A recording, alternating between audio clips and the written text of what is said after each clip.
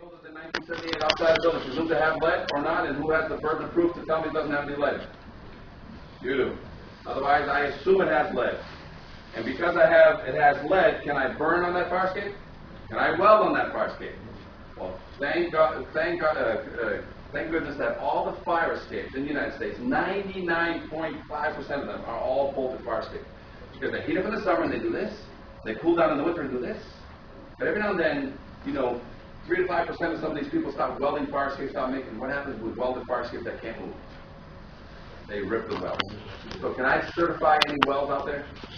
So what do? I basically, on any weld that is still looking good to the eye, I just blow a bolt through it, and that's my guarantee that's a fire escape. So if I got a staircase full of welded treads, what do I want on a minimum? At least one bolt on the nose. Otherwise, I won't sign off on it. Inspections. Listen, guys. You've got a lot of guys out there with G3 licenses, and you got a lot of engineers.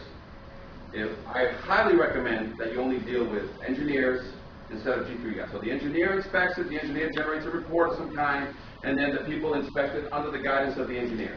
Otherwise, if you're going to work with a company out there that has both sides of it, they inspect and they also repair, they provide you a report that is used in the initial stages to get bids. Now, most of these G3 guys will not mark up a fire escape for the next guy to bid. That's something we do. We mark up fire escapes for the bid process. The next thing we also offer on this is a 10-year warranty. Because if you take a fire escape and you remove all the rust out of all these connections, you primer those connections, and then you paint and you silicone shut them, how many years is that fire escape going to last with 50 years silicone in that connection? So if we give you a 10-year warranty, wouldn't that be a baseline that every fire escape you ever get repaired should have at least a 10-year warranty from anybody fixing it? If they've removed all the rust, primed it, and silicone shut all the cracks and crevices with 50-year silicone, do you think you can get at least 10 years out of that? Yes. You just keep painting it from now on. How long will it last? Forever. So that's the base. Get everybody to remove 100%, verified, and the only way you can do that is you have to have some sort of tagging process, certificate process, which I'm going to show you what I'll show you what the certificate is, because those questions are for who? The engineer and the inspector. That says, did you remove all the rust? Did you check all the cantilevers? Did you check this? Did you check that? So if you look inside and you start looking at some of the tags and some of the things here on your brochure, you'll see a typical competence test. Read some of those questions on a typical competence test. And when you hand this competence test to an inspector or an engineer, they'll get scared, because when they read these questions and they lie on this little document, what do you have in case somebody gets hurt? Backup, because they falsified a document. Now, you guys see this tagging? This is where Seattle's at. If I go and inspect a fire escape, I got to leave a yellow tag or a red tag if it didn't pass.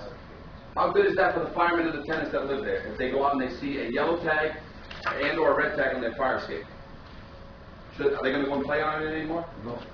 Once I see a white tag that looks like this, and the fire escape has no deficiencies, all the names, phone numbers of everybody associated with that.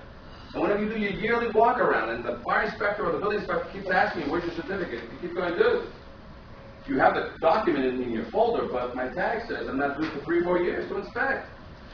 You think they tag any fire escapes anywhere in the United States? No. We tag every one of our fire escapes with one of the 3, just to make it safe for everybody. It's unethical for the same guy who's inspecting fire escapes. It's always been a question, but it's a niche market. So you're saying that the fire sprinkler guys who inspect sprinkler systems should not be fixing them? I agree. No, I'm saying that there's a lot of people out there who are not very kind of shady and more likely to fail something, so they can reach the money on their You are 100% correct. Those things happen. So now, when I said go call an engineer, you have to call a fire escape engineer to inspect the fire escape, and then you hand out the reports to the guys fixing it. Right. Or whoever's going to come to you is going to have to give you some assurances that that's not the case, that that's not happening. So now it's whoever you build a relationship with that says, hey, we inspect, but we also repair. And by the way, here's an inspection that you can use to get as many inspection bids as you wish. And by the way, we can also service it for you if you wish. But and what we have to give you to basically make you want to cross. We say, okay, well, any fees associated with inspection, we will absorb. We'll give you a 10-year warranty on on the fire escape for the next 10 years. No matter who inspects it, we'll fix it for free. We'll walk the fire escape for the next 10 years to make sure that it's always under warranty, free of charge.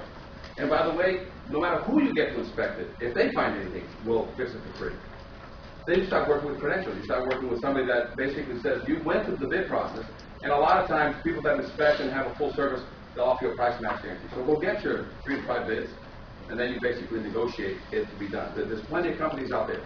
Alarm companies, fire protection companies, sprinkler companies that they inspect, and they also provide the service. And it's a niche market. How many fire escape companies do you think there is in the United States? Millions. You're looking at it. How many companies out there fix fire escapes as a sideline? Welding guys, ornamental ironwork guys. I know, I used to be one of those guys. Why did I just go right just into fire escapes and teach class nationwide from here to Seattle, Texas? Because it's a niche market. Nobody grabbed it and started making it, something that it's a little bit of the wild, wild west out there. But with industry standards out there, what happens? If I'm giving you documents that you can use, and a lot of these competence tests, if you call me and say, Cisco, we're ABC Management Company. Can you give me one of these competence tests that says ABC Management Company? What am I going to say? Sure. There you go. So now you have your fire escapes fixed, and Joe, engineer, and Joe vendor, and Bobby vendor does the job. You hand this competence test to Joe the engineer, who already sent you a letter, because he wants his check. Say, yeah, Mr. Engineer, fill out this form. This is one of our forms. Fill this out for that same fire escape. And Bobby vendor, that you did the repair and paint, can you fill out this form and have it notarized and send it back to me? Oh, for what? The engineer already said, no, because you did the work. I want you to make sure you check, read all the questions. Make sure you did all the things. Read the questions. It's a final exam on a fire escape. There is none in the United States. So I told you at the beginning of this class we have problems with who? Inspectors who don't inspect properly, vendors who don't repair properly. There's been no industry standard. Here's now the industry standard. And the only people left is we need the fire departments, building departments, and the housing departments to start writing more violations. And how do we get there? We teach class. We teach the very same class that we teach here. We teach fire marshals and building inspectors and housing inspectors nationwide. And this is the end of the class where you type in Fire Escape Academy on YouTube. You'll see all these classes. This class will be also on YouTube in the very near future, in case you want to go back and check it out on the Fire Escape seminar. Okay? Any questions? Then I'll open it up for anybody that wants to ask any questions. Otherwise, I'll stick around for a little while if people have to go somewhere. Yes. And my phone number's on there. Just anybody? Yeah. I'm going back to that same issue with repairs and the fire escape. Yeah. My boiler was built in 1914. Recently, 2 years ago, I had a guy did the walls and did everything. Yep. We went behind and we painted it. Well, now my question is that between the joints, as you mentioned, Full of rust. The rust is still there? That was illegal. You can actually go back and get him to give you back your money.